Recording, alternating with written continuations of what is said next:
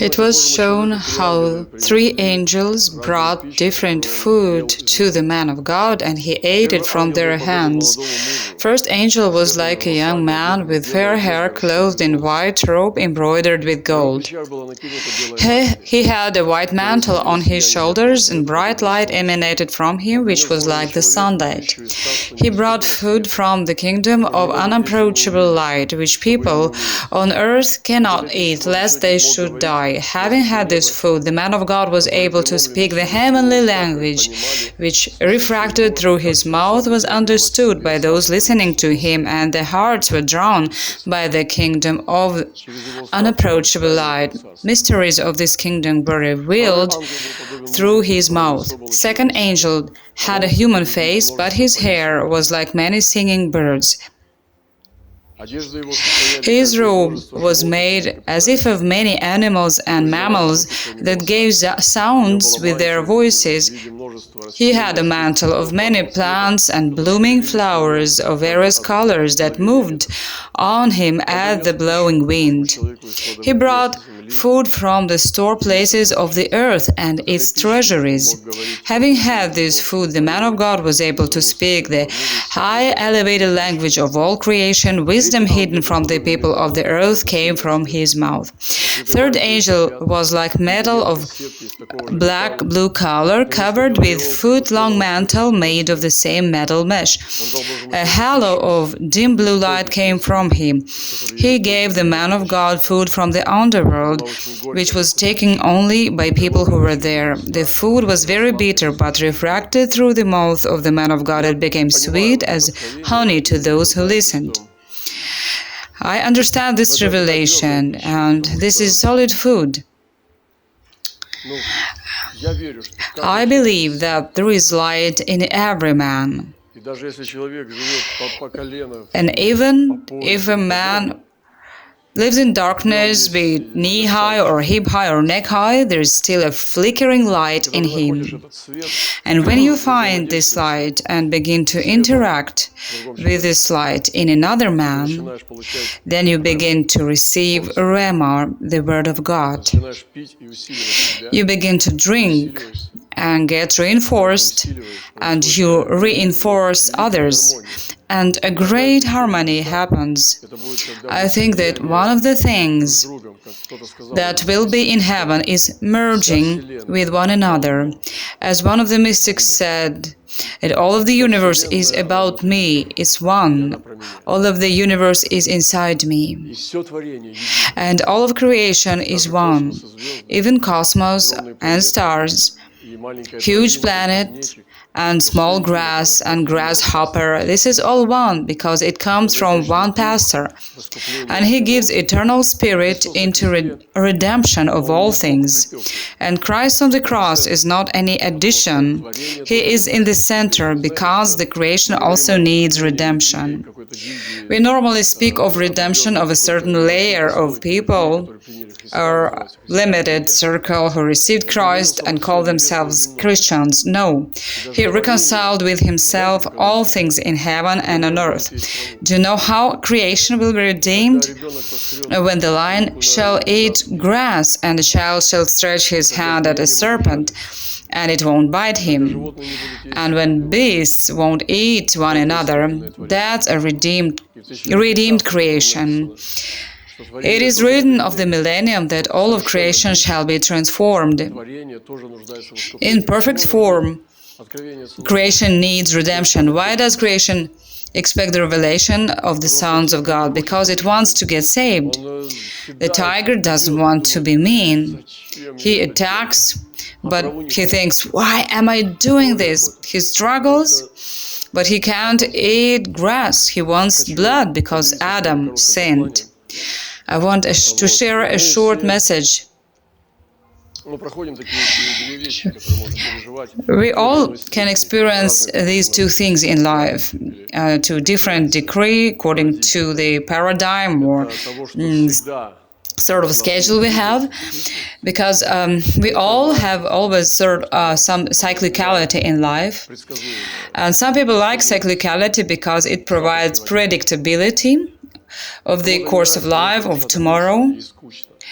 And some are bored. Nothing can satisfy, neither sports nor money. You can't satisfy this hunger. This is the hunger and longing for a new world. I think that man has this great demand to renew, because God made things so that He creates all things new. Even trees cast their leaves, bugs hibernate, you know that fly in the window between the glass layers. It bothers us, but God does renew things, and we need that. So there are these two things, a cyclicality and breakthroughs. Some people don't like breakthroughs because they had them wrong way, and they brought sufferings. Because those breakthroughs weren't for our good, for our benefit, or perhaps we didn't make it to the end after having experienced pain, like that man who didn't strike the arrows enough. But breakthroughs that the Lord wants to give to us today are in our new life quality, and many of you do need that. Especially young people, you dream of being taken away. I'm not talking only about sisters, but I believe that this word is from the Lord. And I want to say that the Lord wants to give us breakthroughs that we can cross this cyclicality in order to release from the closed circles, and that is possible. Some of us have very uninteresting lives. You think, oh, there's another year of studying, and there, as soon as I finish there, I'll have it all. So you pass your exams and you think, what am I doing now? You go to new studies, study, but it doesn't satisfy. Things get more and more vague, and there is nothing behind that except for certain things that everybody else has. These are not the breakthroughs we need. And I want you to catch this thing. And let us look at the example of our big brother Jacob.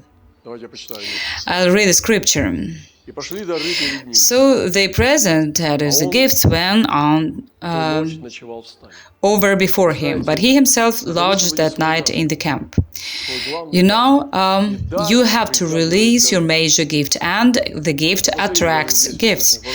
Look, even here in the Eastern Gates, how many gifts we have here, because they're activated, they are attracted, and gifts attract gifts.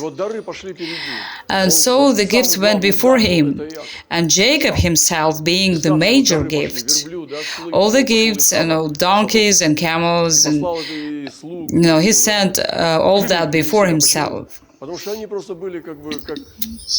Why? Because they were like that radiance of the rainbow that comes before the source itself. There was this greatest caravan of people, but the greatest blessing was Jacob himself. Become the gift of God. Find and release your major gift, unveil it, shine with it, and you will see how other gifts will come and reinforce you. That is amazing. That is amazing. This is the law of bliss. I'm not going to make a list of things. You know what I'm talking about. One man can come and bring so much happiness to other people. Or you can sleep through the years and only receive. And he rose that night. What kind of night did you have? You had this last night. What kind of night was it? I was on the plane last night, and I thought I wanted to think, so I lay there and I thought, we may make this night like any other. like always, or we can create an incredible and wonderful night. So it says, he rose that night. Rise this night, brother and sister. Rise this night. Just come into this night and rise. Walk over to your window and stand by there until your legs get weak. Do something with this night what you never did before. You don't need any special circumstances or signs that this is unusual. You can provoke this miracle. You can create it. So he rose that night. He created it. It wasn't the night that forced him to rise, but he made the night to reveal itself. What kind of night are you going to have? Like always, or you can make it wondrous and marvelous. Make your night of your destiny. And he rose at night and took his 2 wives and 2 female servants and his 11 sons and crossed over the ford of Jabbok. And he took them, sent them over the brook and sent over what he had. Don't hide what is precious for you. He took what was most precious. Don't keep it hidden. Put it in front. Some people give much, but they never show the most precious. They never give it. No one has ever seen this most precious of theirs. They are full of fears to go through negative experience, people's opinions, but try to put it before you. And actually, what is there to fear? We should actually obtain this kind of walk when we don't fear anything. And the main thing, we don't fear death. The last enemy, death, is destroyed. Jesus did that. Take all of yours across the brook. Some people are jealous, they don't let it happen. That is so low and ignoble. And man puts before him those things that can protect him, that can make him famous, but never shows his major thing. He is afraid. So Jacob was left alone. Learn to stay alone. Treasure your loneliness. Keep what belongs to God. And be the man who has a virgin place, untouched place where you stand barefoot on the holy ground. And a man wrestled with him until the breaking of day. And seeing that he could not prevail, he touched his hip. You know, there was this wrestling. He wrestled with God. And further on in the prophets it says he wrestled with an angel. It gets revealed the way it happened. Sometimes our prayers, our requests, you know, he wrestled so that the angel had to use this touching his hip, painful touch. What did he wrestle for? He wrestled with God for what is God's and for God in a new dimension. He longed for the new God. He wanted to conquer new territories of God's. And he was wounded. Yes, there happened traumas from visitation. Don't be afraid of traumas. You know, we can remember the people like Evan Roberts, who was traumatized after visitations, or take Daniel and other people of God who spent days or weeks recovering from visitation. And he said, "Let me go, for the day breaks." But he said, "I will not let you go unless you bless me." That's a grasp of the prophet. I won't let you go unless. I won't let you go unless. I won't won't let you go unless. So he said to him, what is your name? He said, Jacob. And he said, your name shall no longer be called Jacob, but Israel, for you have struggled with God and with man, and have prevailed. That is gaining your new name. I remember our old sister Tanya, she asked me, brother, how does the Lord call you? Well, and I was annoyed and said, well, I don't know. And she said, he called me Rufa. Every time he calls me Rufa, Rufa, and he spoke with her, and her earthly name was Tanya, but the Lord called her Rufa. Don't you have a name? And I was really irritated. I said, no, I don't have. How about your new name? Feel your new name. I think we can hear it. Feel your new name. I already begin feeling my new name.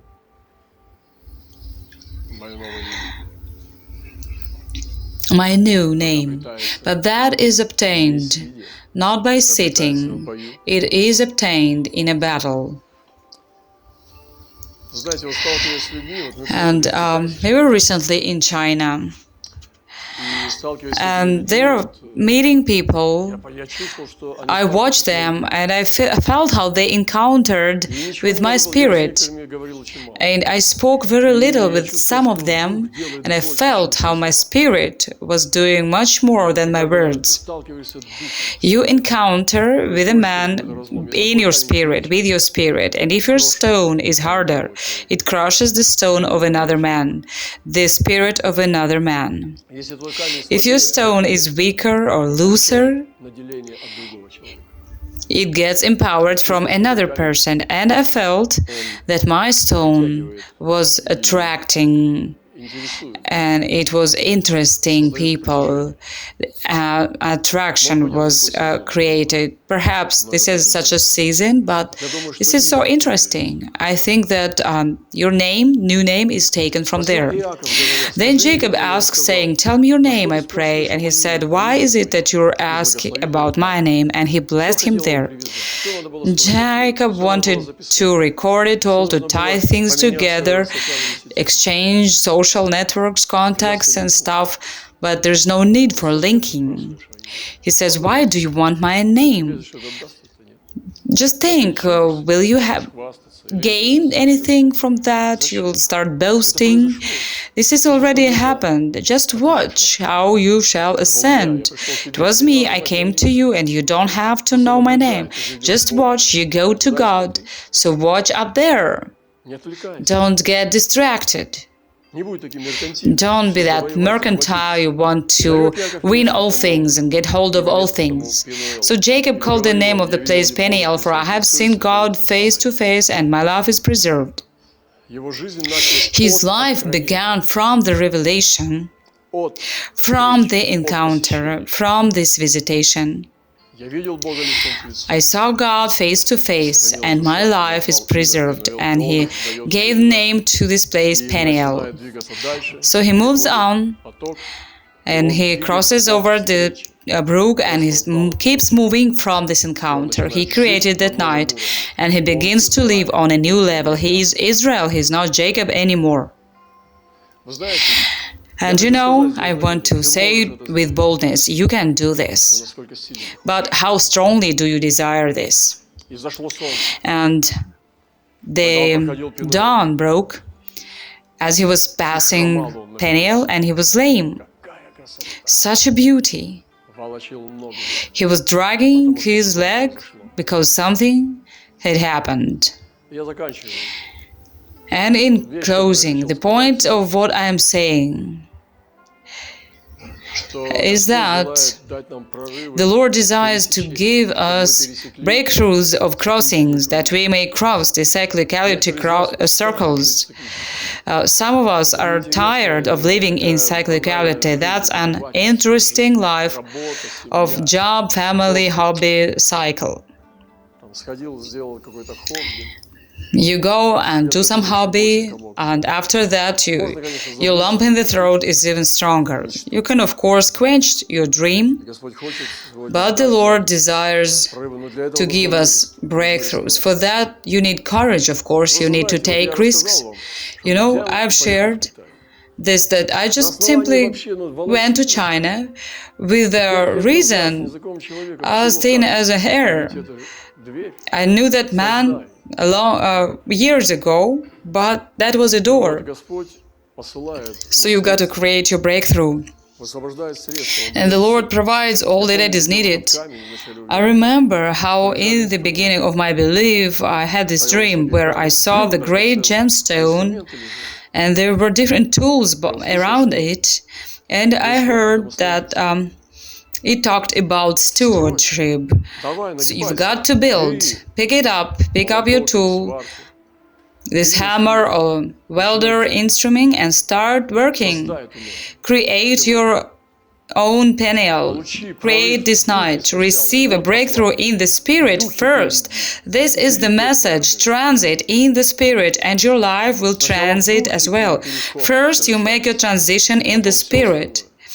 Everything else comes after that. If you don't transit in the Spirit, you pick up new job, you take a loan for a new apartment, you have a new baby or family, these are natural things. But if you haven't made the transition in the Spirit, there was no wrestling there, and everything may remain like with everyone else. But it is Peniel in the Spirit that shift us in our destiny. And today I want to urge you to make your own Peniels and encounter God at this brook of Jabbok and wrestle with Him. I believe and I know that if you struggle even a little, blessing will come multiplied. Some of you know this experience. If you wrestle a little, your blessing multiplies. But if you wrestle much, it's going to be like an uranium core, which gives you energy for a whole season, or perhaps not one. Therefore, this is my message today. True breakthroughs, not trivial, not everyday change in life, but true breakthroughs in destiny happen through Peniels. And suddenly, Jacob's wrestling with God, but he comes out, and Esau, who comes with hundreds of his warriors, he comes to kill Jacob. He walks to meet him with embrace and tears. They meet and they embrace one another, and they are brothers back again. And they get united in God's love. And they make this good things, these courtesies before one another. And the enemy becomes a friend. So don't rack your brains on how to change your life. Go and meet with Him, and He shall fulfill. This is my message today.